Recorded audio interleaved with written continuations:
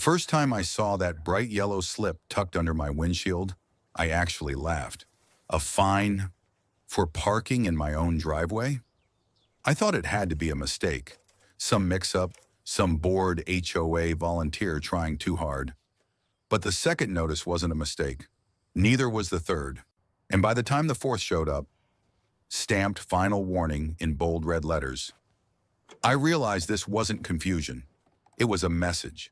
Someone wanted me out of my own space, out of my own routine, and maybe even out of my own home. What I didn't know yet was why. And what they didn't know was who they were dealing with. Because if they wanted to weaponize the rulebook, fine.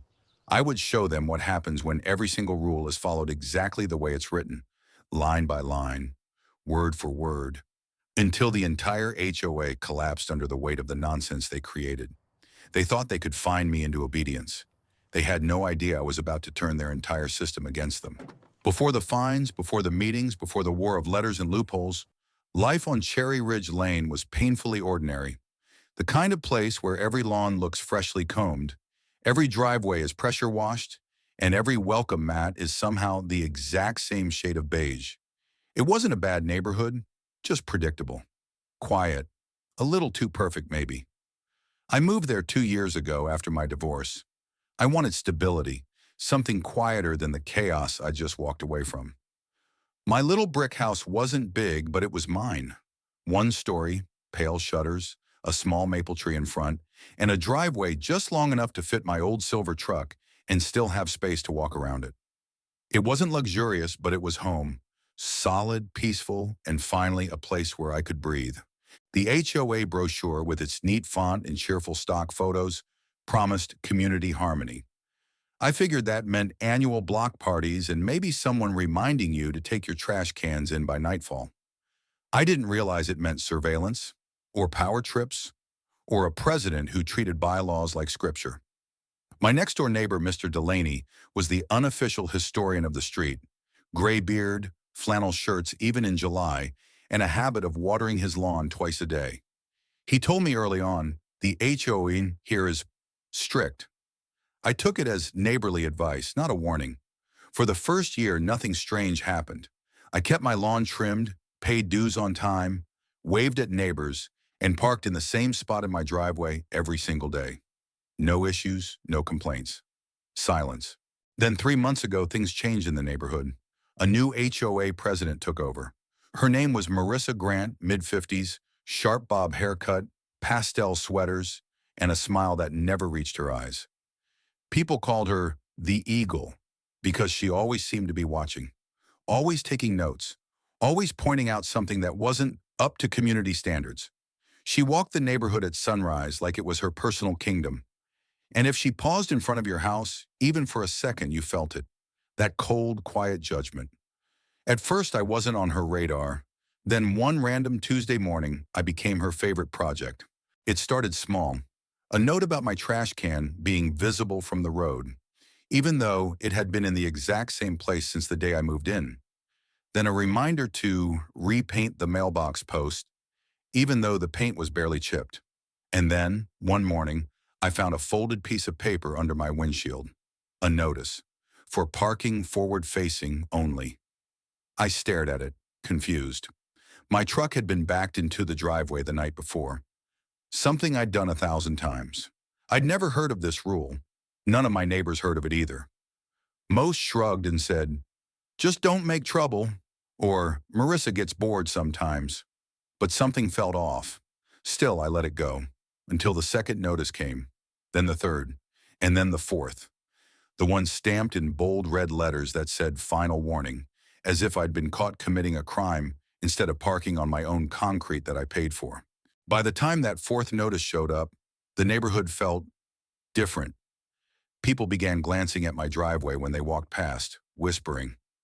My mailbox had an odd dent one morning. Someone dropped an anonymous flyer about respecting community rules on my porch. And every single morning, without fail, there she was, Marissa, walking past my house slowly, staring at my driveway like it personally offended her. Even Mr. Delaney muttered one day, "She's got her eye on you now. When she picks someone, she doesn't let go." I didn't do anything wrong. I didn't break a rule. I wasn't disturbing anyone. But the HOA had decided I was out of line. And if there's one thing I learned quickly in Cherry Ridge Lane, it's this. When the HOA wants to find something wrong, they will.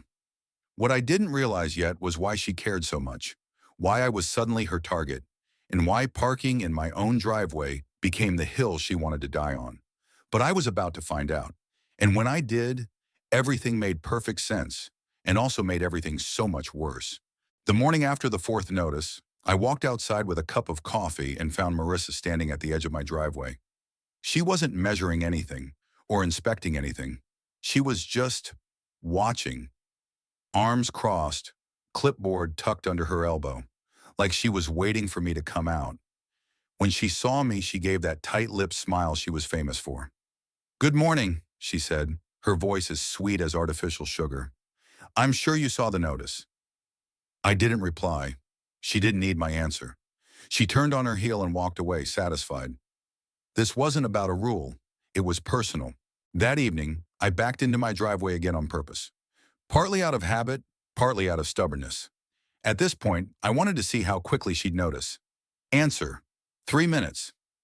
3 minutes after I parked, my porch camera pinged. A figure approached my truck. Clipboard, pastel sweater. Of course, she snapped photos of my truck like she was documenting a crime scene, walked away without a word, and by morning there was another warning taped to my mailbox. This time it said, "Unauthorized orientation of vehicle." I checked the HOA bylaws.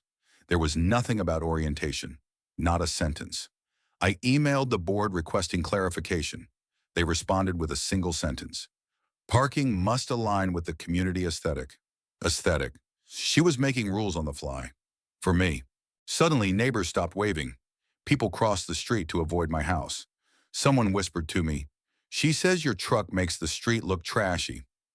My truck was old, sure, but clean. This wasn't about appearance. It was about control. And then the first fine came, $100, followed by a thicker packet.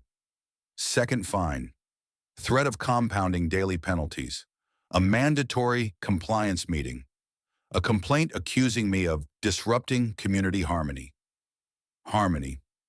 Right. I printed everything. Timestamps, camera footage, photos of her targeting only me, and then I found it. The loophole. Clause 7C, rule enforcement equality. If 3 or more households do something without penalty, no one can be fined for it. Half the street backed into their driveways. She just didn't care. But the rule book did. I documented every driveway. I gathered statements from neighbors she'd harassed. By Friday, I had a binder thick enough to stop a bullet. The HOA clubhouse felt colder than usual when I walked in. Marissa sat centered like a judge, her lieutenants on either side, clipboard ready. "We're here to address your refusal to follow vehicle orientation standards," she declared. I raised my binder. "Actually, I'm here to respond." I slid forward 32 photos of backed-in vehicles from the past 48 hours. The room shifted. I cited Clause 7C, presented witness statements, camera footage, email from the former president stating the rule was never officially approved. Her face cracked, stunned, furious. And then the final blow, a map showing every backed-in car, including her husband's. The room erupted. The board went pale. They asked her to step outside. 5 minutes later, effective immediately, you are removed as HOA president. She grabbed her clipboard and left without a word. In the weeks that followed, the air changed. People relaxed. Kids played again. Neighbors parked however they wanted. The board rewrote the rule book with actual community input. One evening, when I backed into my driveway, a few neighbors clapped.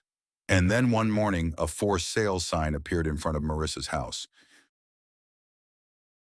Sometimes the smallest stand, like parking the way you've always parked, becomes the moment that rewrites an entire community. And when someone uses rules as weapons, sometimes the best revenge is simply understanding the rules better than they ever did.